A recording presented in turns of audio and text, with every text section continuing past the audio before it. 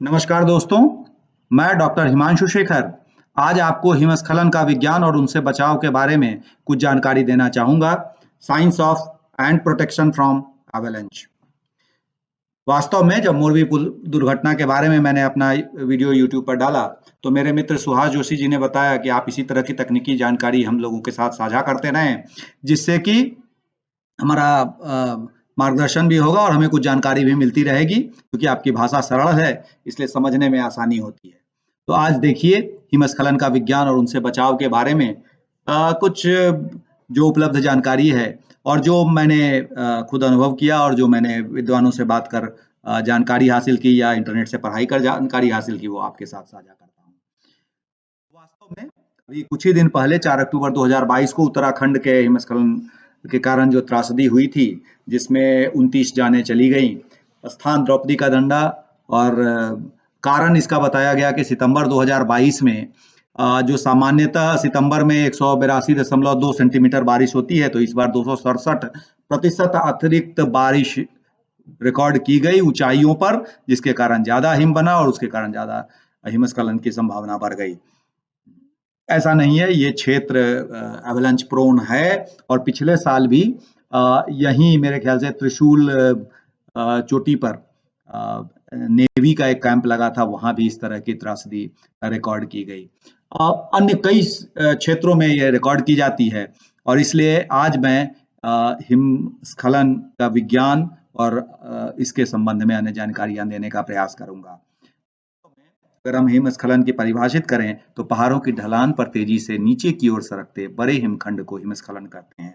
और किसी भी पहाड़ की चोटी पर अब आप देखेंगे तो शुरू में इसकी ढलान काफी तेज होती है, बहुत तेजी से ये बहुत ज्यादा एंगल, मेरे ख्याल से 60-75 डिग्री से 80-85 डिग्री तक शुरू में ढलान रहती है और नीचे बीच वाले भाग की ढलान लगभग 30 से 45 डिग्री के बीच में होती है और नीचे फिर रनआउट जोन होता है। तो ऊपर का हिमस्खलन का निर्माण क्षेत्र होता है, फिर उसमें उनका एक्सेलरेशन जोन एक तरह से कहा जा सकता है, जिसमें वो गति हासिल करते हैं और उसके बाद रनआउट जोन होता है। और ये अंगुली की तरह जब आप अंगुली फैलाते हैं अपनी 5 उंगलियां हाथ की, तो जैसे निकलता है उसी तरह से हिमस्खलन भी उन्हीं उंगलियों में होता है, रिजेस पर नहीं होता और क्रिवाइसेस में होता है, जो कि गड्ढे होते हैं, उनके थ्रू हिमस्खलन होता रहता है। तो अगर हम हिमस्खलन के प्रकारों की बात करें तो हिमस्खलन कई प्रकार के होते हैं। सबसे पहला है भुरभुरा या लूज स्नो एवलांच।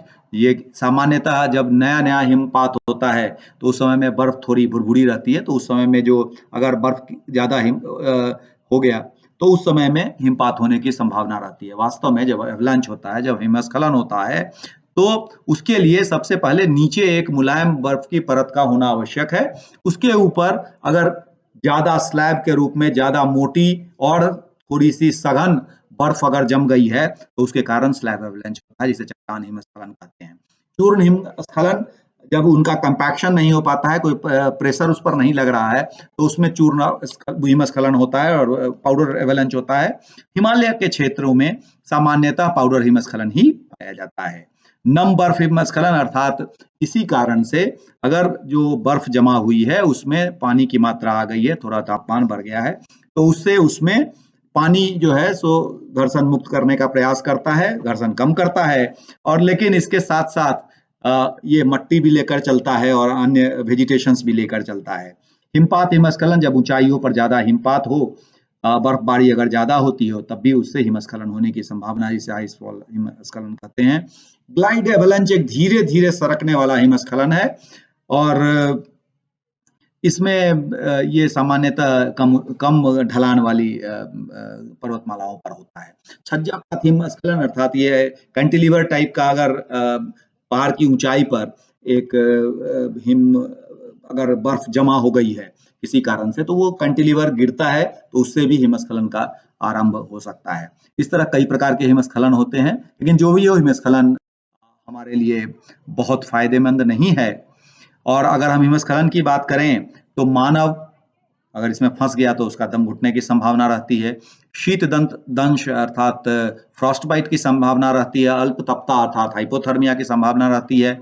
और जहां तक मृत्यु का संबंध है, अगर 15 मिनट तक कोई 15 मिनट के बाद अगर रेस्क्यू टीम पहुंच जाती है तो उसके बचने की संभावना 90% तक होती है, लेकिन यही समय 30 से 35 मिनट हो जाता है तो बचने की संभावना बहुत कम हो जाती है। बचने की संभावना 30% तक ही रह जाती है। जहाँ तक प्रकृति का संबंध है तो इरोजन ऑफ सॉइल, भू अपरदन होता है, हरियाली का नाश होता है, फसलों की क्षति होती है, आकस्मिक बाढ़ भी आ जाता है। कभी-कभी ऊंचाइयों पर जब ग्लेशियर्स बन जाते हैं, एक तालाब में अगर बहुत ज़्यादा हिम जमा हो गया और किसी कारण से वो ग्लेशियर नीचे की ओर सरकते हैं तो आकस्मिक बाढ़ भी आता है और हिमस्खलन भी आता है।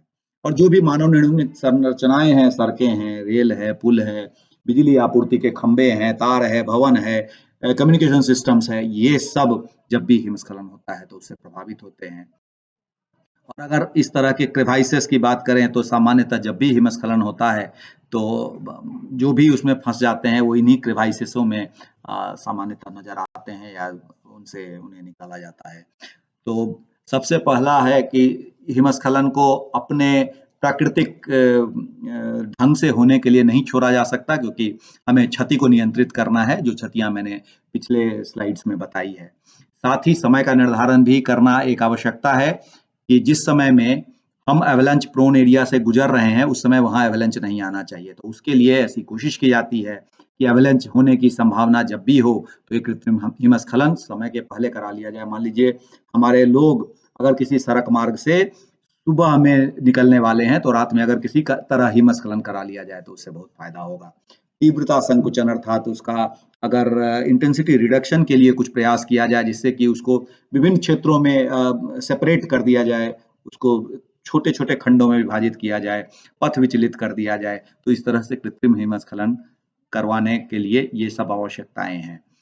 कभी-कभी रिटेनिंग वाल भी बनाया जाता है और इस तरह की अन्य चीजें भी हैं जिससे कि कृत्रिम हिमस्खलन कराकर, या अगर हिमस्खलन नहीं कराना है तो हमें कम से कम उसे रोकने और रिहायशी इलाकों से उससे बचाने की चेष्टा। तो सामान्यतः एक बहुत ही आसान प्रक्रिया है, विस्फोटक द्वारा आप कृत्रिम हिमस्खलन करा लीजिए। और विस्फोटक वास्तव में 3-4 चीजों को एक साथ देते हैं जिसके कारण हिमस्खलन करवाने में सुविधा होती है। जब विस्फोट होता है तो उसमें बहुत ज्यादा प्रघाती तरंगें निकलती हैं, उसमें दबाव बहुत ज्यादा होता है और इस दबाव के कारण वो पूरा जो क्षेत्र है, दबाव के कारण जो एरिया है उसमें जो बर्फ जमी है वो या तो टूटेगी या उसमें मुलायम सतह का निर्माण होगा जिससे कि एवलांच हो सकता है। दूसरा, कंपन उत्पन्न होता है। कंपन के कारण भी जो बर्फ जमा रहती है उसमें अस्थायित्व उत्पन्न होता है और ये नीचे धीरे धीरे सरकती है। उसके बाद अगर हम बात करें कि उससे विस्फोटक के समय तापमान भी बढ़ता है, तो तापमान के कारण भी बर्फ पिघलने में मदद मिलती है और वो जो बर्फ पिघल कर जब जल बनता है तो वो भी बर्फ को नीचे की ओर सरकने में मदद करती है। इस तरह विस्फोटक द्वारा दाब, ताप और कंपन, इन तीनों के संयोग से कृत्रिम हिमस्खलन कराया जा सकता है। इसके लिए मानवीय प्रयास किए जा सकते हैं, ग्रेनेड उस पर फेंक कर किया जा सकता है। विस्फोटक सुरंग अगर गर्मी के समय में लगा दिया जाए और जब बारिश में आवश्यकता हो तो उसको समय के अनुसार उसमें विस्फोट किया जा सके तो बहुत सुविधा होगी। साथ ही प्रक्षेपक के द्वारा भी रॉकेट से भी विस्फोटक वहां तक पहुंचाए जा सकते हैं या तोप के गोले मारे जा सकते हैं। और सामान्यतः हेलीकॉप्टर, ड्रोन या केबल विस्फोटकों को वहां गिराया जा सकता है। जहां तक बचाव का संबंध है तो एक रास्ता ये मैं सोलोन और इसके बीच का दिखा रहा हूँ, धुंधी के बीच का दिखा रहा हूँ। तो जहां पर ये इस तरह के ये जो सड़क थी, ये यहाँ पर एक एवलांच प्रोन एरिया था और यहाँ पर हर बार बोल्डर्स आ जाते थे। हर बार जब भी बारिश होती थी खासकर सर्दियों में तो एवलांच आने की संभावना रहती, सड़क बंद हो जाती थी। तो इसके लिए व्यवस्था ये की गई कि ये सड़क पूरब से पश्चिम की ओर मान लीजिए जा रही है तो उत्तर से दक्षिण की ओर एवलांच जा रहा है, तो दोनों एक दूसरे को परपेंडिकुलर दिशा में काट रहे हैं। तो या तो एवलांच को जाने के लिए रास्ता सड़क के नीचे से दिया जाए या सड़क के ऊपर से दिया जाए, और इस संरचना में सड़क के ऊपर से एवलांच को जाने की व्यवस्था की गई। और ऊपर जो ये सुपर स्ट्रक्चर दिख रहा है ये वास्तव में एवलांच को ले जाने के लिए एक पाथवे है। तो एक ये व्यवस्था सड़कों पर की जाती है। यही वो पथ है, फिर से मैं दिखा रहा हूं। और इसी सड़क पर विद्वानों ने मुझे बताया कि एक और हिमस्खलन का पथ है या लैंडस्लाइड्स का पथ है, जिसके कारण संभावना है कि यहाँ पर सड़क बाधित हो। और चूंकि ये मेन लाइन है, मेन सड़क है, तो इसे जो है बंद करने का दुस्साहस नहीं किया जा सकता। तो यहाँ पर हम ये कोशिश कर रहे हैं, यहाँ पर ये कोशिश की जा रही है कि एक फ्लाईओवर बनाया जाए यातायात के लिए, और एवलांच या जो भी लैंडस्लाइड होगा उससे निकलने वाले बोल्डर्स को नीचे से पास किया जाए। तो ये दो तरह की संरचना है, और दोनों तरह की संरचनाओं का उपयोग जहां तक हिमस्खलन से बचाव के लिए किया जाता है। ये सामान्य पथ है जिससे हिमस्खलन होने की संभावना है। यहाँ पर ऊंची चोटी से होने वाली बर्फ सर्दियों में यहाँ पर। अब हम अटल टनल के उत्तरी निकास की ओर चलते हैं, जहां पर ये इसका जो हरा हरा दिख रहा है दाईं ओर, वो इसका निकास है। यहाँ पर उसका सीमेंटेड पूरा कंक्रीट ब्लॉक्स और स्ट्रक्चर है जिसके होकर रोड सड़क जा रही है, और यहाँ पर एक पुल है, और पुल के माध्यम से हम दूसरी ओर, यहाँ बीच में ब्यास नदी बह रही है। तो वास्तव में अभी भी हिम आच्छादित शिखर तो दिख ही रहे हैं, और ये 3 जगह से हिमस्खलन की संभावना थी, एवलांच आने की संभावना थी। और वास्तव में इसका जो पूर्वी है, जहां पर हिमस्खलन संभावित क्षेत्र लिखा है, तो पहले इस सड़क का निकास इसी क्षेत्र से होकर जाना था। ये तो आप जबरदस्ती सड़क को बंद करने की बात कर रहे थे, तो ये इसका रूट जो है सो बदला गया। साथ ही ब्यास नदी बीच में बह रही है, तो ब्यास नदी के दूसरी ओर भी जाना एक आवश्यकता थी। तो इसलिए ब्यास नदी का प्रवाह जैसा दिखाया गया है, ऐसा इसके उत्तरी निकास के स्थान पर। अगर हम अब इसमें एवलांच से बचाने के लिए और इस सड़क को लगातार चालू रखने के लिए जो व्यवस्था की गई है, उसमें सबसे पहला है पुल निर्माण। तो पुल निर्माण के लिए जो पुल की ऊंचाई थी वो कम रखी जा रही थी। पहला तो वो जो सीधे जो एवलांच वाले एरिया में सड़क बन रही थी उसको रोका गया, और यहाँ पर एक यू टर्न की तरह के शक्ल में आगे का निकास जो है सो डिजाइन किया गया है। और इस पुल में जब शुरू में इसको कंसीव किया गया तो उस समय इसकी ऊंचाई कम रखी गई थी। तब जो एक्सपर्ट्स थे उन्होंने बताया कि जब पूर्वी किनारे पर ज्यादा हिमपात होगा तो इस ब्यास नदी से वो पूरा जो बर्फबारी हुई है वो पूरा बर्फ इधर से ही निकलेगा। तो इसके लिए पुल की पर्याप्त ऊंचाई होनी चाहिए, वरना सड़क बंद करने की नौबत आ सकती है। साथ ही एक और है कि जो ये सीमेंटेड स्ट्रक्चर्स है और दीवार बनाए गए थे, उसमें स्थायी हिम निकास इस तरह के बनाए गए हैं। और साथ साथ ये जो रिटेनिंग वाल है, इसमें ये रिब्स की तरह का जो कि स्ट्रेंथनिंग है, जो कि इसको मजबूती देगा, जिससे ये बाहर की ओर और हिम का पर्याप्त दबाव झेल सके। तो इस तरह का जो मैकेनिकल इंजीनियर्स होते हैं वो जो भी स्ट्रक्चर बनाते हैं, प्रेशर वेसल बनाते हैं, तो उसमें रिब्स लगाते हैं। तो यहाँ पर इन रिटेनिंग वाल्स में भी रिब्स लगे हुए हैं, वो जो आप सब जगह देख पाएंगे। यहाँ पर पुल निर्माण और अस्थायी हिम निकास ऐसी व्यवस्था की गई। इसके साथ साथ ये सब जो इलाके जो दिखाए जा रहे हैं, ये सब जो पथ हैं जहां से हिमपात होने की संभावना है।